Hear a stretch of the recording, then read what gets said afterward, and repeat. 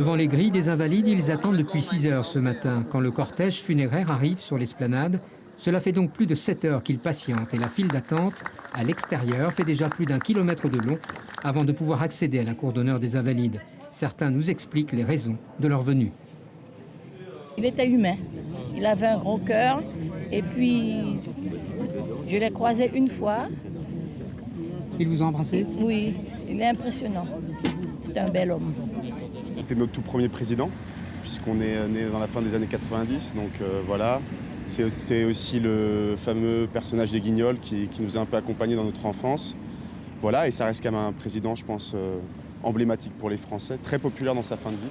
En file indienne, dans le respect et le silence, les Français viennent se recueillir tour à tour avec une émotion certaine devant le cercueil de Jacques Chirac, à l'image de Thérèse et Evelyne, respectivement guyanaises et haïtiennes, qui se livrent ici avec pudeur. Je lui ai dit ce qui ressortait du cœur, je lui ai dit merci, je lui ai dit bon repos, au revoir Monsieur le Président, je vous ai beaucoup aimé. J'ai senti plein de joie parce qu'il a fait beaucoup pour tout le monde, en particulier moi. Je suis haïtienne, quand j'arrive en France, je n'avais pas de papier. J'ai eu un enfant qui est né en malformation. Tout de suite, j'ai eu mes papiers pour occuper de mes enfants.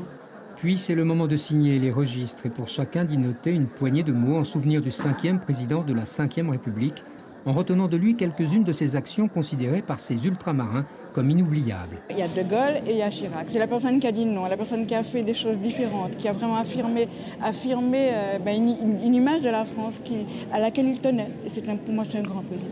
Le président Chirac a vraiment marqué de son empreinte la politique internationale. On se souvient tous évidemment de ce qui s'est passé à Jérusalem, absolument. On se souvient aussi de son discours sur l'environnement, donc la maison qui brûle et nous regardons ailleurs. Bien évidemment, son refus de s'engager dans la guerre en Irak, on ne peut que lui dire merci. Dans la foule, quelques politiques ont donc voulu eux aussi participer à cet hommage ultime, à cet adieu populaire, avant les funérailles nationales ce lundi en l'église Saint-Sulpice, où se retrouveront nombre de chefs d'État et de gouvernement venus des 5 continents. Suivez l'info sur Guyana Première, télé, radio et Internet.